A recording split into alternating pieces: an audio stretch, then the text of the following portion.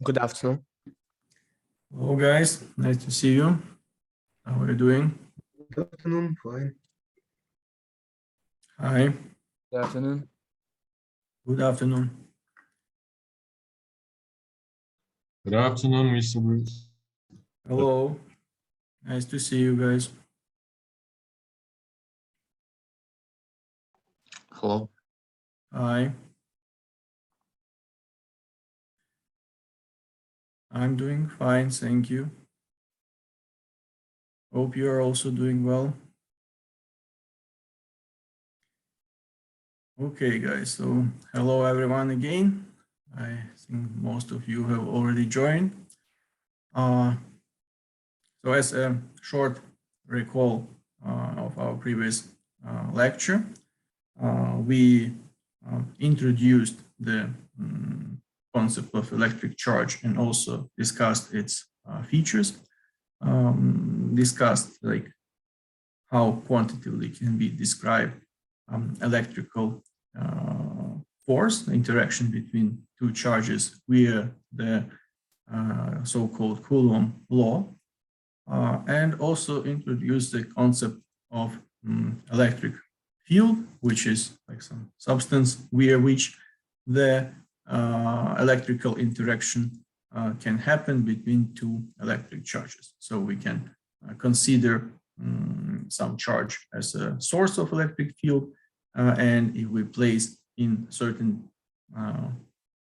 location, point of space, a test electric charge, it will experience certain electric force, and that electric force is equal to the product of the magnitude of this test electric charge and magnitude of electric field vector. So today we continue our discussion of electric field. We will focus our attention mostly on calculating electric field vector created by system of charges and also by continuous charges. So first we deal with a system like, for instance, we have not one, but two source charges, and then we need to determine how we calculate electric field in a given point of space, considering these contributions from both electric charges. Let me switch my camera and let us write maybe in general first that electric field vector will be given as following. So we have Ke constant, sum over all electric charges which are considered in this system, Qi divided by Ri squared, where Ri is radius vector, which defines the distance from each of these electric charge to the point where we want to determine electric field vector, times Ri unit vector, so which defines the direction of this vector of electric field originated from each electric charge. So we need to sum it up in a vector form, add all those vectors, and then we will get some net electric field vector at that point. So to be more specific about this, let us consider some example. So let's consider some system coordinates x, y.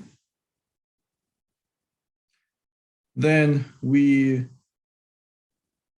will have two charges, one positive charge, it will be Q 1.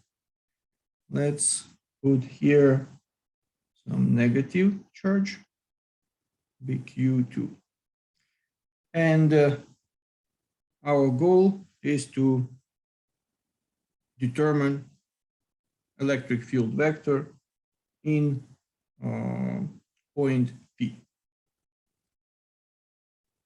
So as we remember from previous discussion, let's first deal with charge Q1. So we mentioned previously that electric field vector is pointed from positive, like away from positive charges. So electric field vector created by charge Q1 at point P will look like this, and we can mark it as E1 vector. Then in the case of negative electric charges, electric field vector is pointed towards the charge. So that will look like this. And this will be E2 vector. So now we have two components, two vectors. Need to sum them up in order to get the resultant electric field vector. Let's mark it as E12. So that is graphically how we write it down in terms of some equations. So we can write that the absolute value of electric field E1 is given as Ke times Q1. Here we can specify that we take absolute value, R 1 squared. So this is distance R1, and here it will be R2.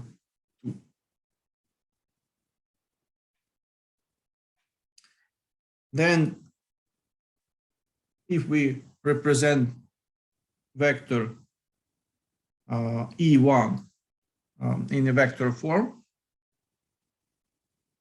because this is just absolute value, we should look here. So what we have? We have projection on axis X, all of its magnitude, because it's parallel to axis X, and projection on axis Y is 0.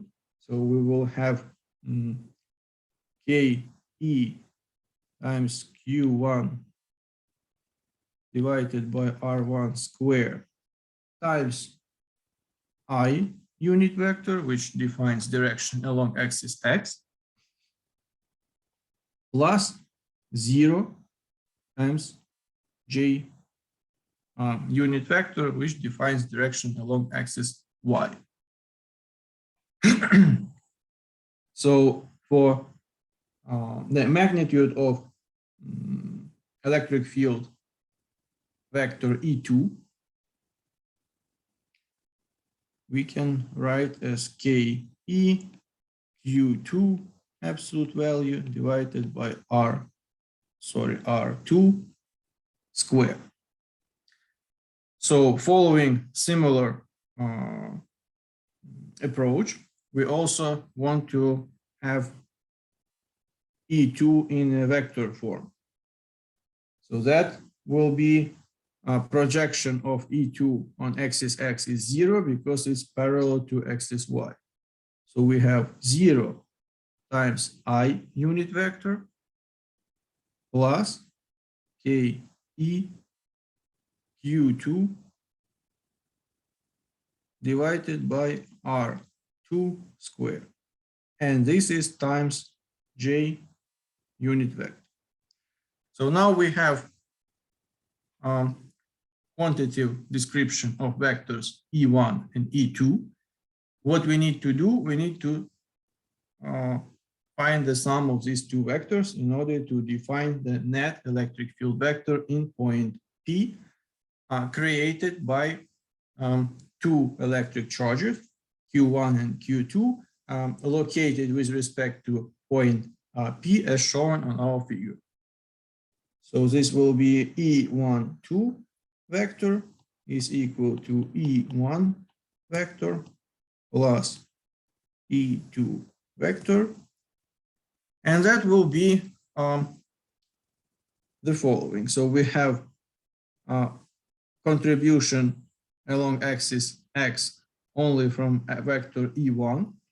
So it will be KE times Q1 absolute value divided by R1 square times I unit vector plus contribution along axis Y possesses only vector E2. So that will be KE times Q2 absolute value R2 square times J unit vector. So this is the result of our efforts to quantify the result, like net electric field vector at point P. So the procedure, there could be different number of electric fields, of electric charges. They can be arranged in different way, but the procedure is that you calculate in this point electric field vector originated from each of these charges, and then add these vectors in order to get the net electric field force. So with this is clear, but there is another interesting case we need to discuss, and that is continuously distributed electric charges. So if there is such a case when the distance between electric charges is much smaller than the distance to the point where electric field should be determined, we can substitute discrete electric charges with some continuous distribution of electric charge. And let us consider some arbitrary shaped body, like can be considered as three-dimensional bodies, some cross section of it. Then there is some point P in the space around this body, and we know that this body possesses certain bulk density of electric charge distributed around it. It could be that this electric charge is distributed not uniformly. So there are more electric charges in one part of this body than in another. However,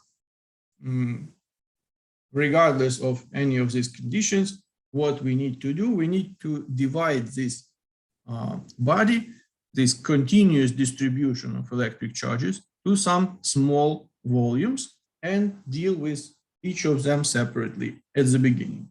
So what does it mean? We can define some small volumes in this three-dimensional body.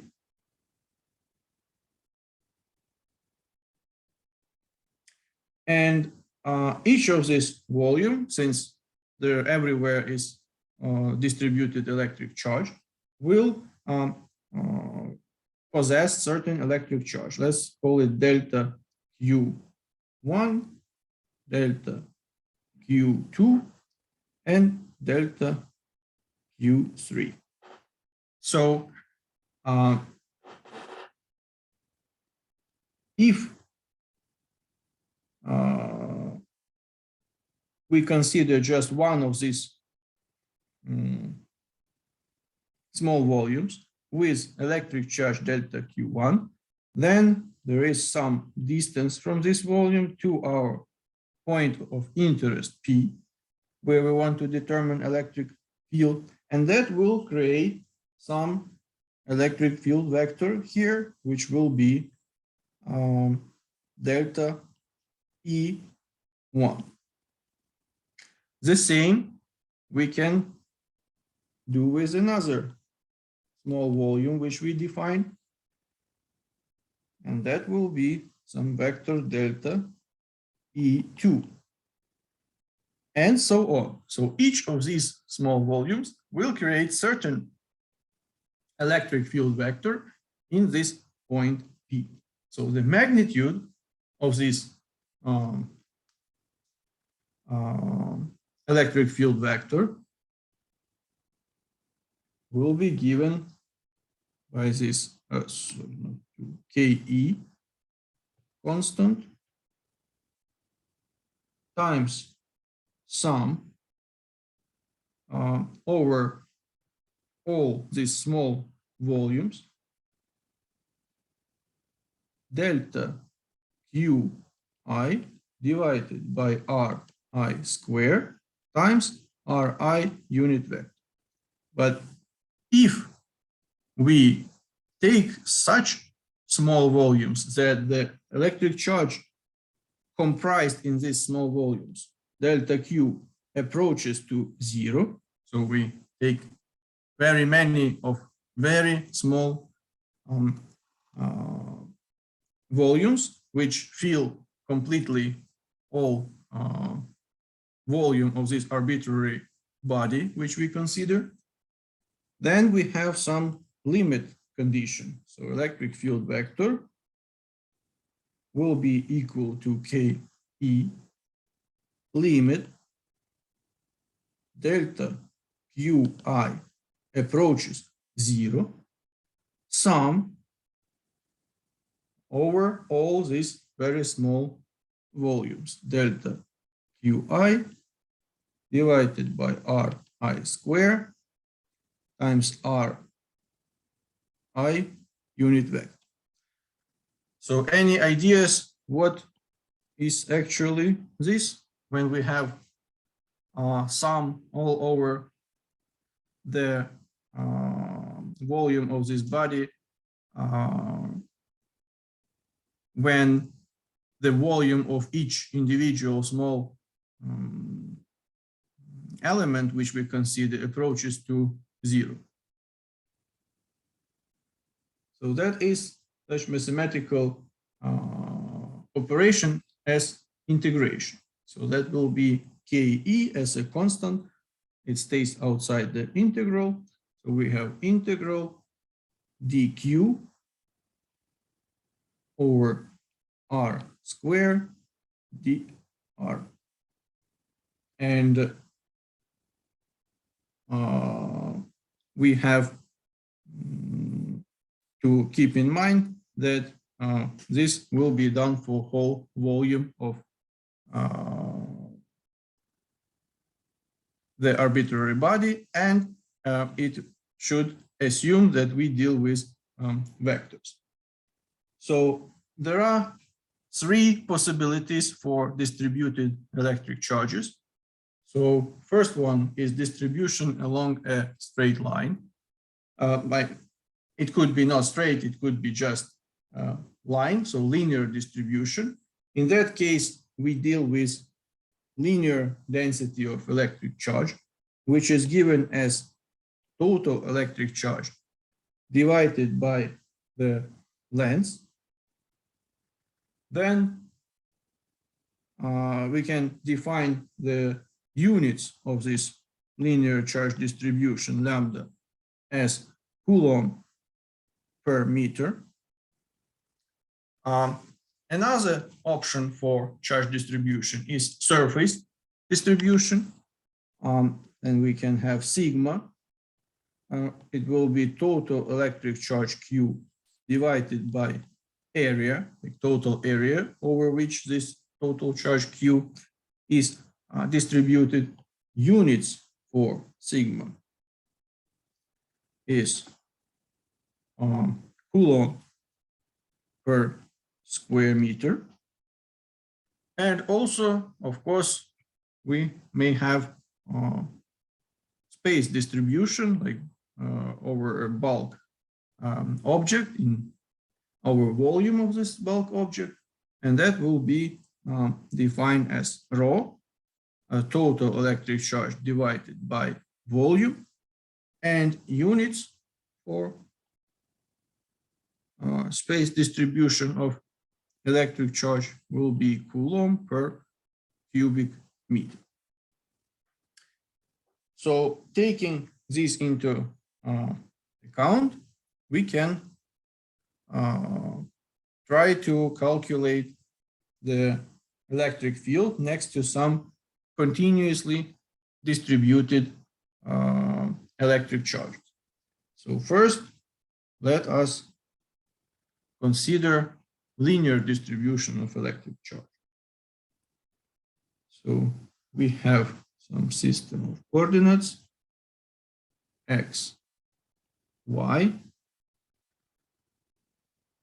Then we have some, let's say, some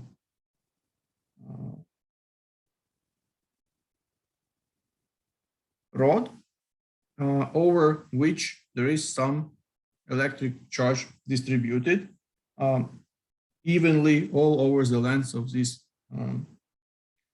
rod. So here we have distance A, and here we have length L.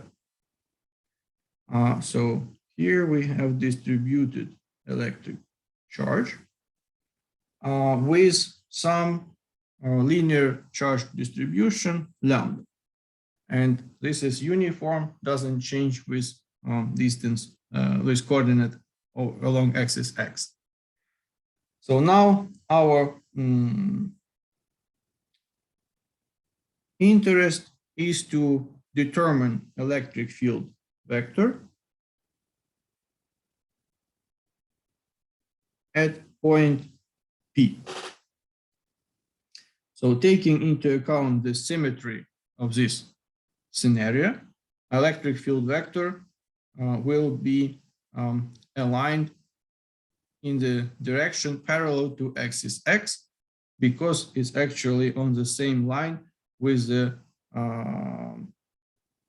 rod over which electric charge is linearly distributed.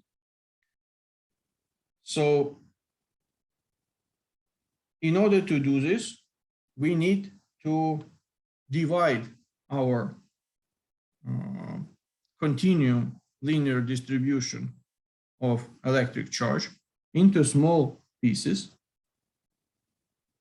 with some length dx, and also need to define position of this small element with respect to point P. So that will be position x. Now, when we consider such a small element of this linear charge distribution, we can estimate what will be electric field created by this small element, by electric charge distributed along this small element in point P. So dE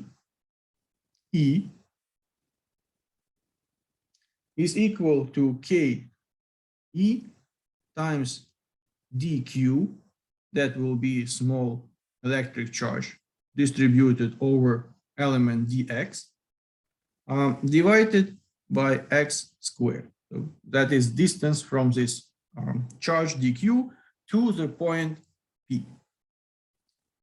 Now we can express this electric charge via the length of this small element dx and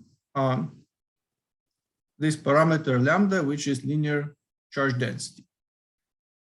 So we can write Ke times lambda dx divided by x squared.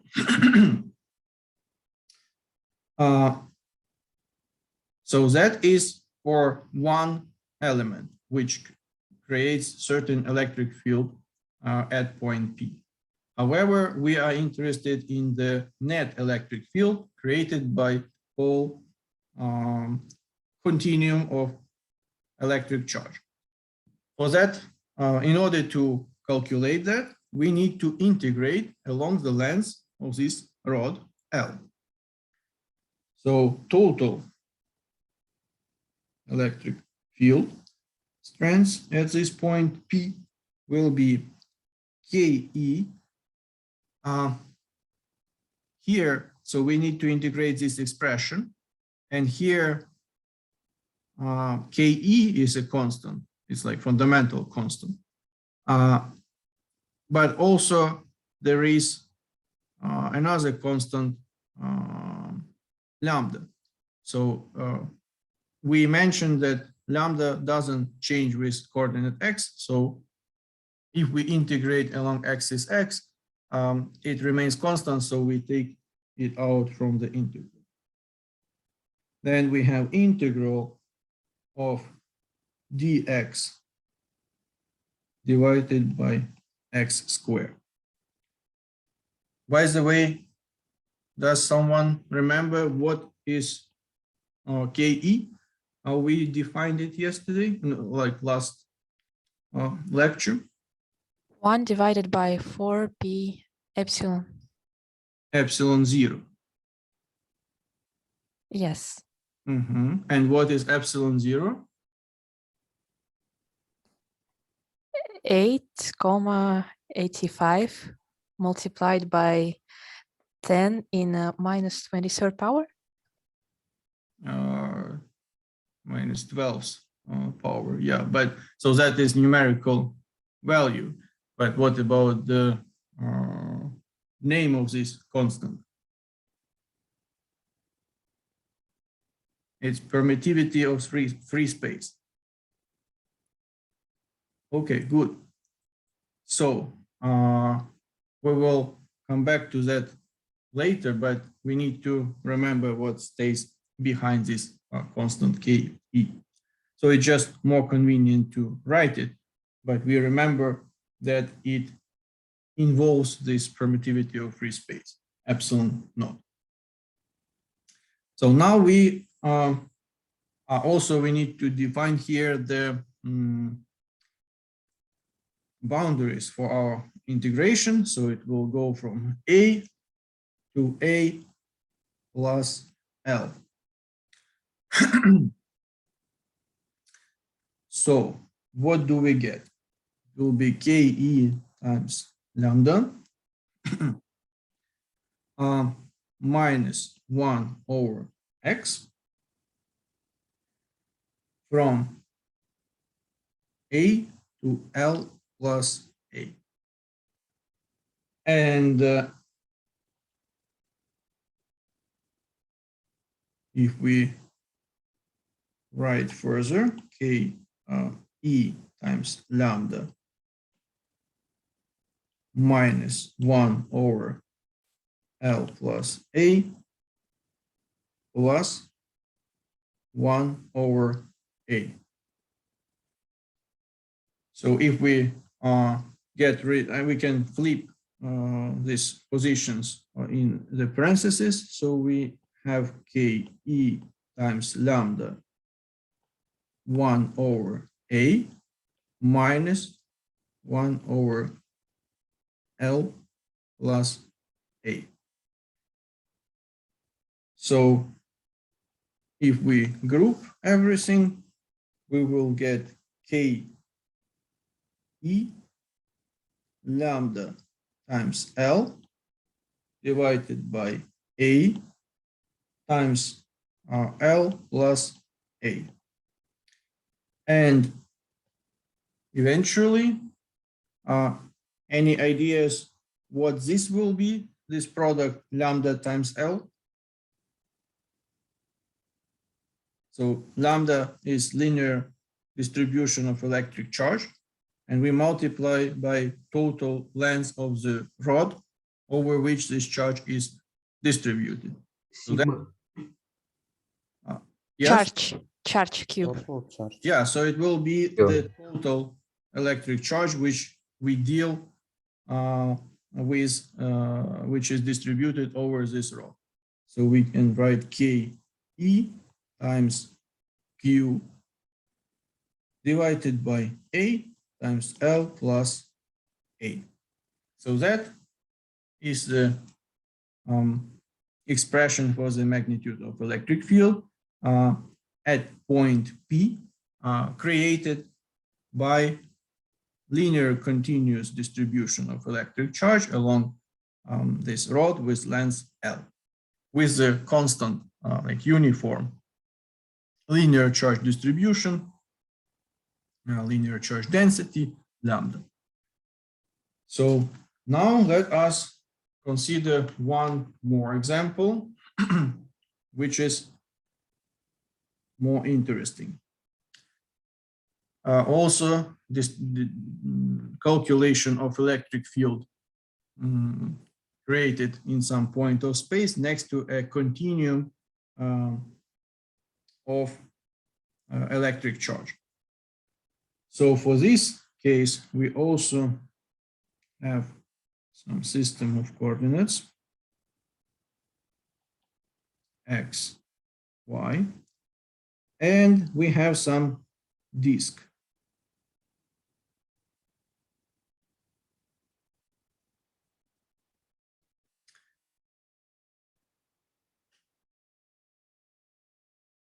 Maybe I can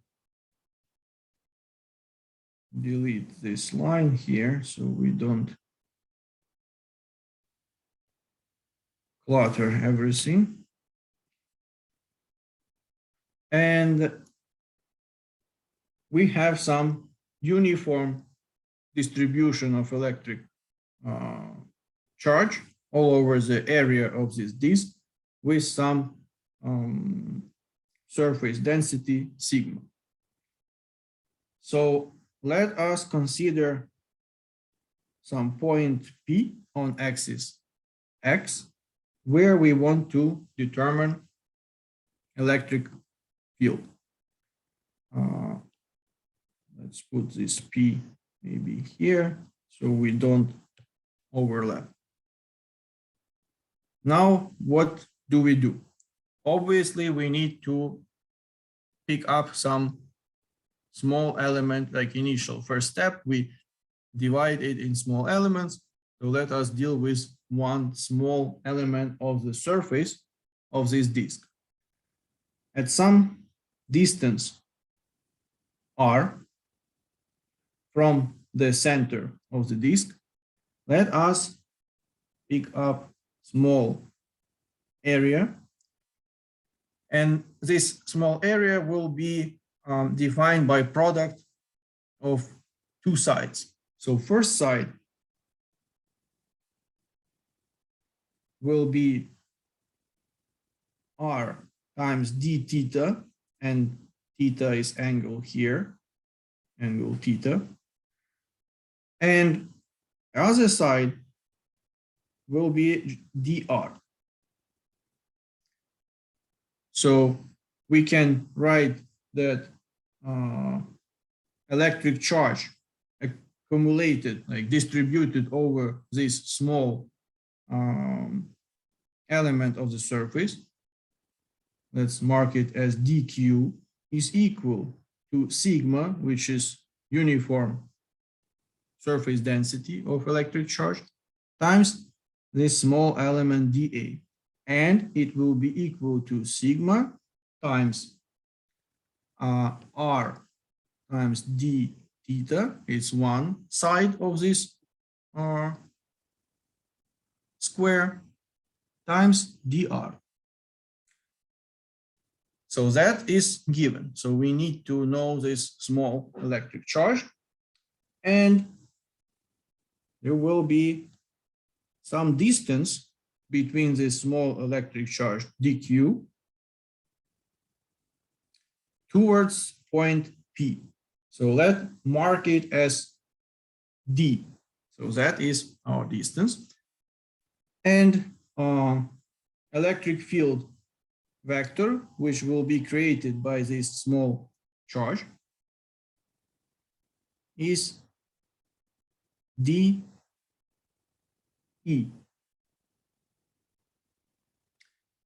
So as you may see here, if we maybe prolong this axis X,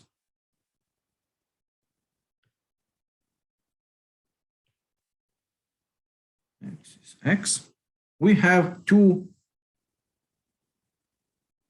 components. We have one component along axis Y. We can mark this as DEY, and another component DEX. Now, before we proceed with some quantitative analysis, we need to highlight one feature of this particular case. As you see, this axis X goes through the center of the disk, means we have a symmetric case.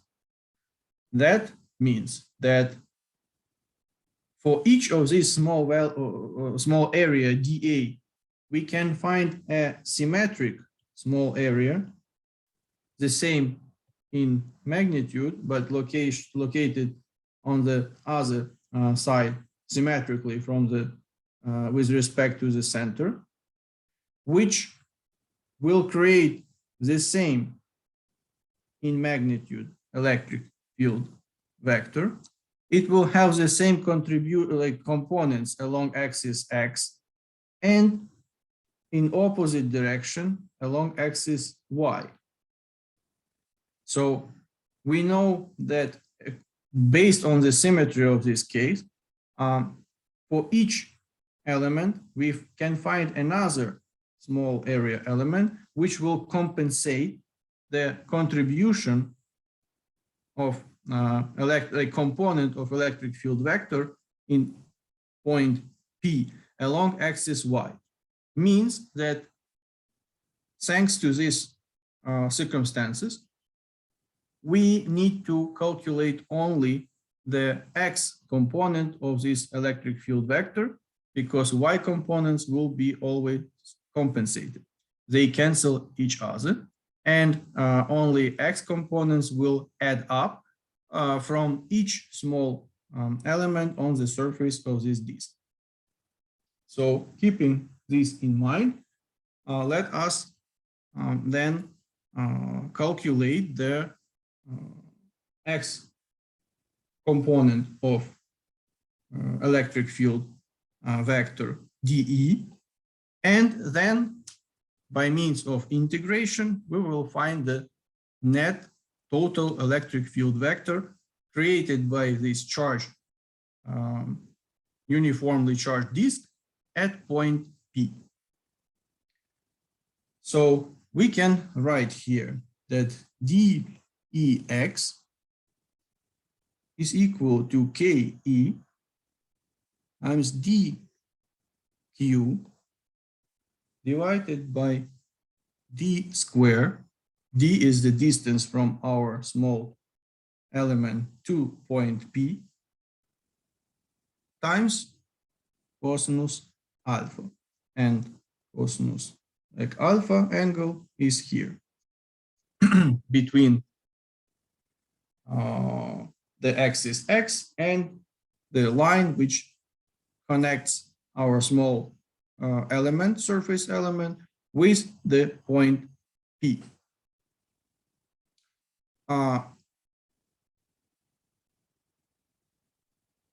We can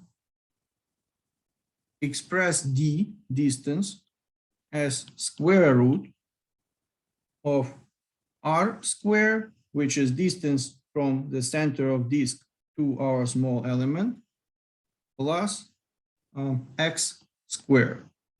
And that is coordinate of this point P with respect to the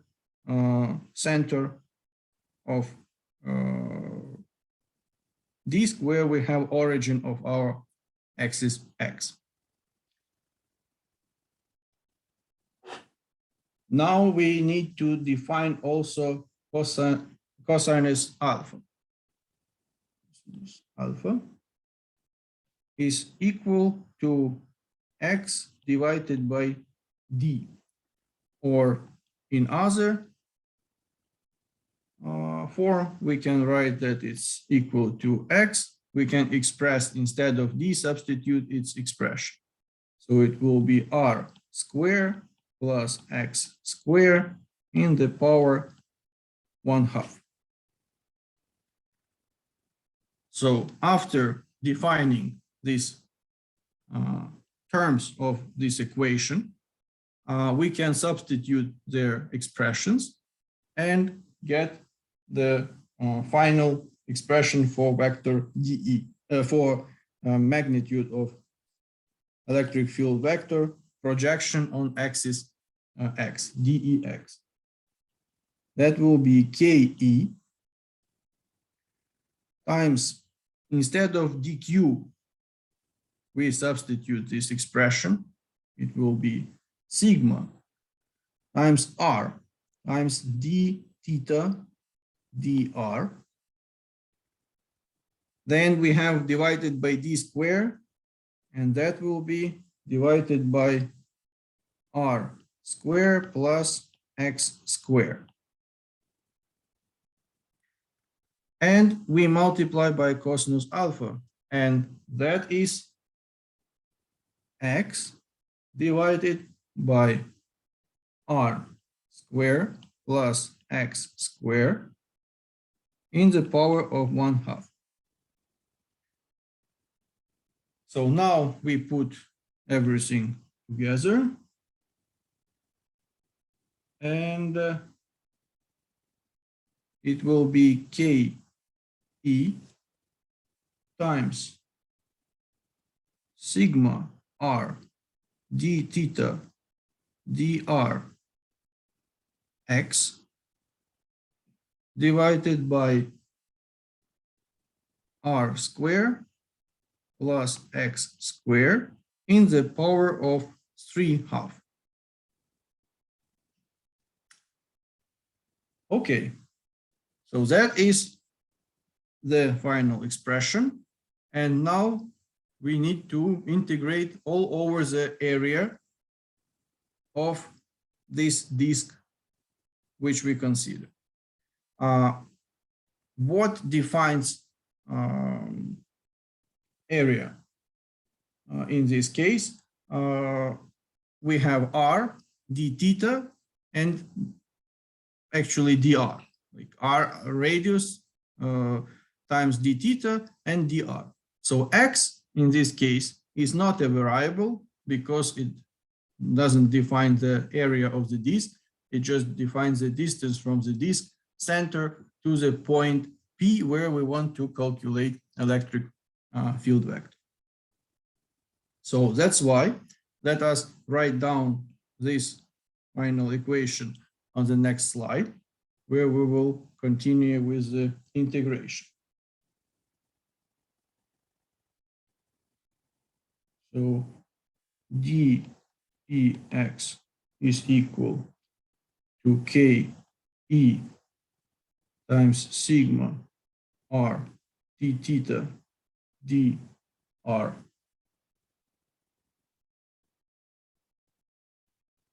times x divided by r squared plus x squared in the power 3/2. So now, in order to get the net value of this Ex at point P created by all surface of the disk, we should do the following. So first we take out the constants. So that will be KE times sigma times x, then integral over d theta, and d theta, if we come back to our slide, we see that theta can change from 0 to 2 pi. So 360 degrees. So we go from 0 to pi. And then we have one more integral because this integral is over the surface. So we have double integral. It will be r times dr divided by r squared plus x squared in the power 3/2. And this integral will be along the possible values for the distance of this small element of the disk surface from the center of the disk. So that will be from 0 to maximum value will be, let's say, some r capital, which defines the radius of this disk. So that will be from 0 to r capital, which is radius of the disk. So first integral is quite simple. So we will get actually 2 pi k e sigma times x. And with the second integral, so what do we have here? We have r in front of dr in front of differential. And we have r squared in the denominator plus some constant x squared. So what we want to do, we want to put this r in the differential. So we will get dr squared, and then we can, in the differential, add any constant because it doesn't matter. Different, like derivative of a constant is 0. So we can add there anything what we want. So when we put this r on the differential, we need to divide by 2 because derivative of r squared will be r divided by 2. So in order to make it correct, we need to divide by 2. So it will be times 1/2 integral from 0 to radius of the disk. Here will be dr squared plus x squared. We can add any constant here. And here will be r squared plus x squared in the power 3/2.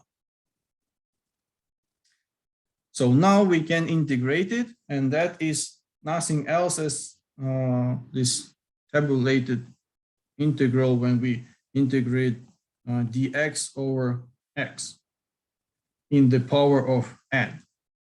So that will result in x in the power n plus 1 divided by n plus 1. And in our case, n will be equal to 3/2. So we will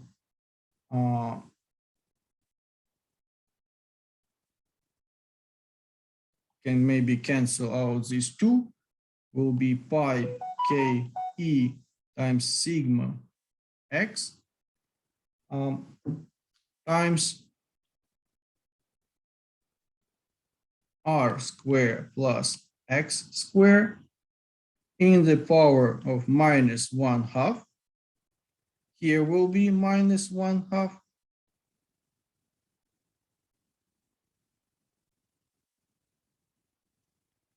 And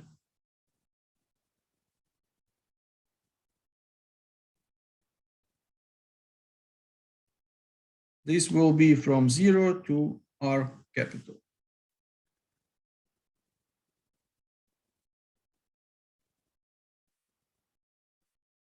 So in order to get rid of this minus, we will change the range. So it will be not from 0 to r, but from r to 0.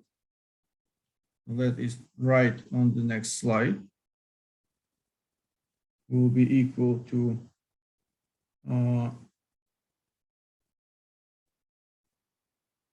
pi k e sigma x.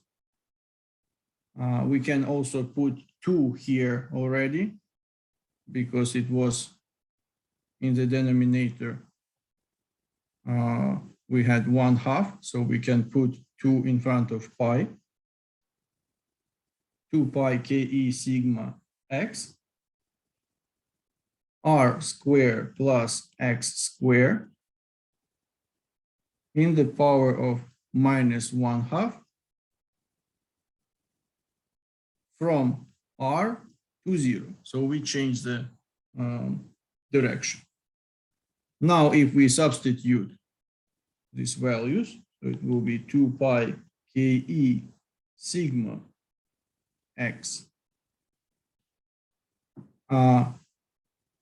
for the case when we have instead of r we have 0, so that will be 1 over x minus, if we have instead of r capital R, which is radius of our disk, it will be 1 over r capital square plus x square in the power 1/2. So eventually, if we simplify this, it will be 2 pi ke times sigma. So if we multiply parentheses by this x, which we have out of the parentheses, we will have unity minus x divided by r squared plus x squared in the power of 1/2. So that is the final expression for the resultant electric, like magnitude of electric field created by the disk at point P, according to the previous sketch. And what is interesting here, if we consider case when x is much smaller than the radius of the disk, if we place this point P very close to the surface of the disk, then looking at this equation, we can write that unity will be much smaller than x divided by r squared plus x squared in the power of 1/2. And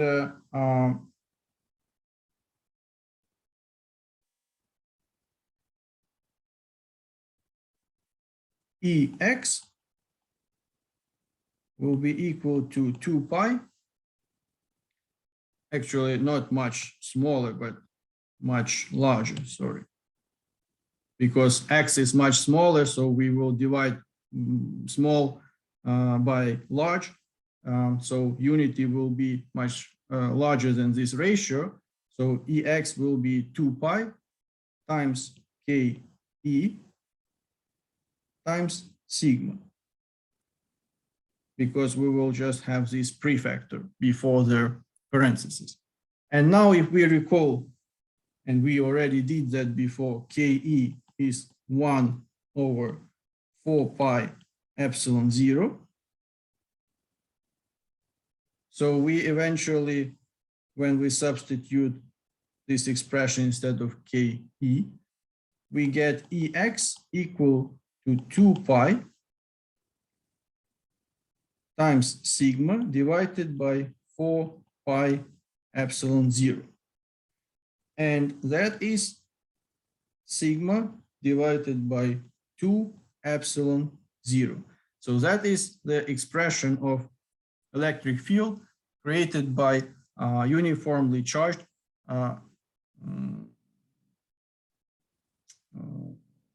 surface which has unlimited area. So it infinite surface. So that is the approach which we will get when we place our point P extremely close to the surface, like in the vicinity of the surface of this disk. So that's some special case for this general solution, which defines the electric field of continuously distributed surface charge over disk surface as shown on previous figures. So with this, I would like to finish our lecture. Thank you very much for your attention. Thank you. Goodbye.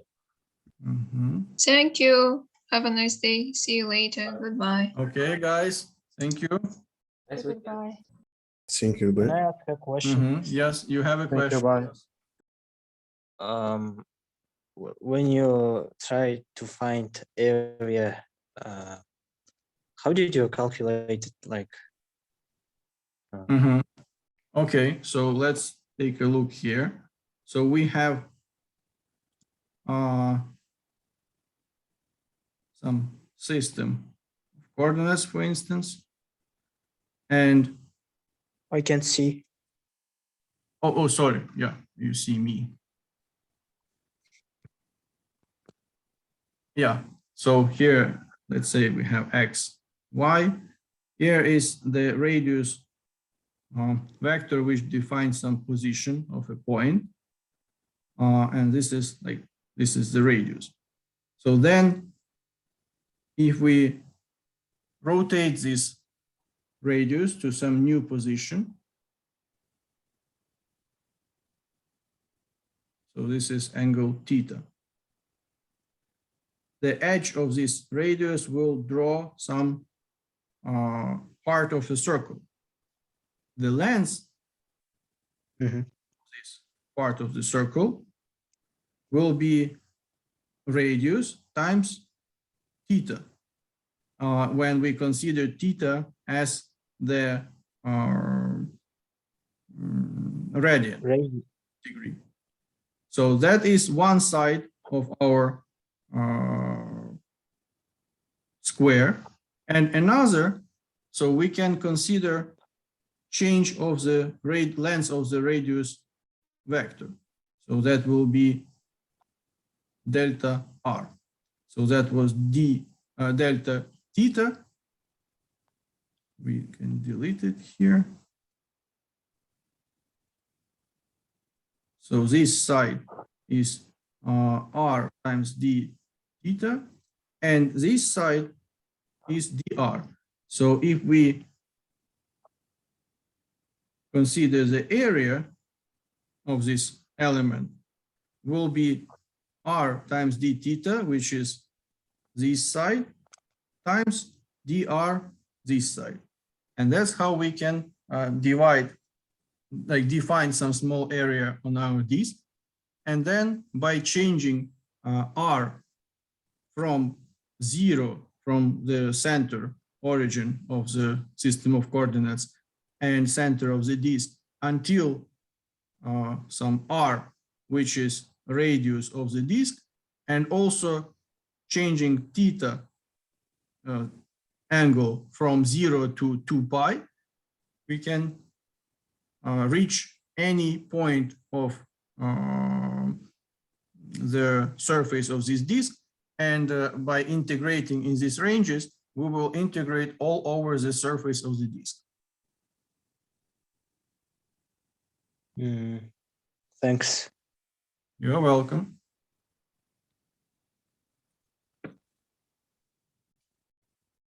Yeah, any questions? Professor, I have one question related to the part where we integrated r square plus x square. I guess it's one or two slides from the last one. Actually, it's here.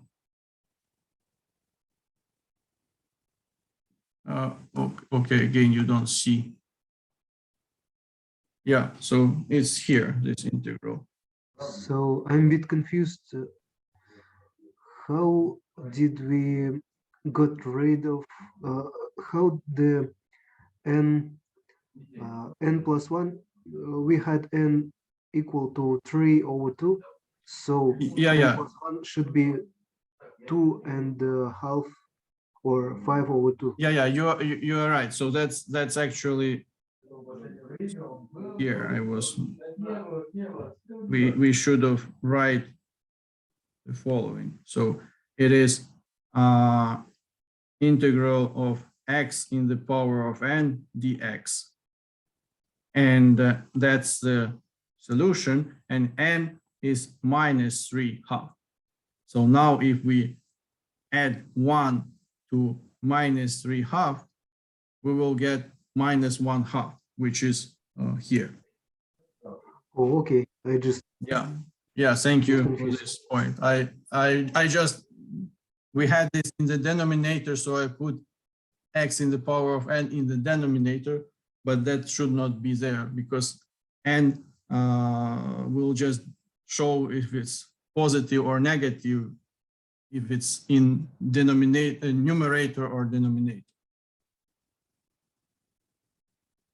So thank you for the clarification. Yeah, thank you for your question. Also, why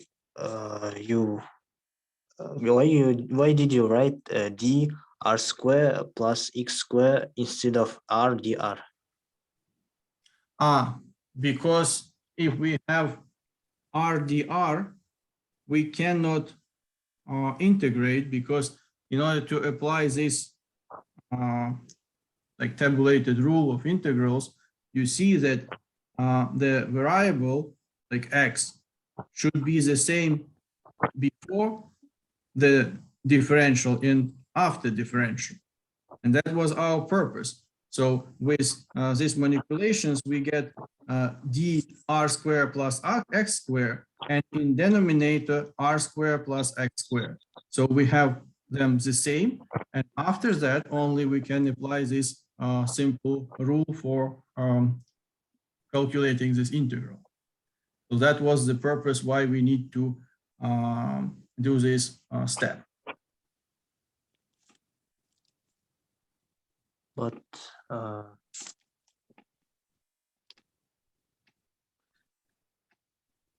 I can get why why we can do like that, dr square plus x square, because we have r dr.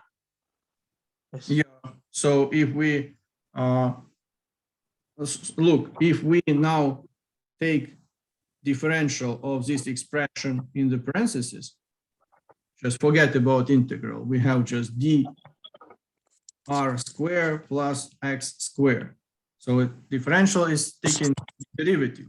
So that will be 2r, derivative of r squared, plus 0, because derivative of constant, that x is constant, is 0, times dr.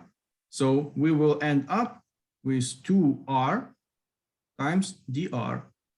And these 2, in order to take into account these 2, we divided our integral also by 2. We multiplied by 1/2 here. So we actually didn't change anything.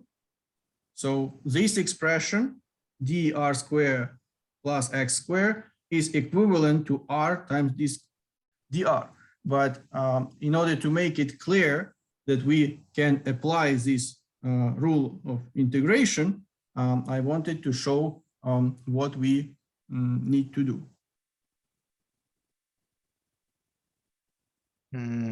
To have the same argument before differential, like the function which is integrated, and the same function behind differential.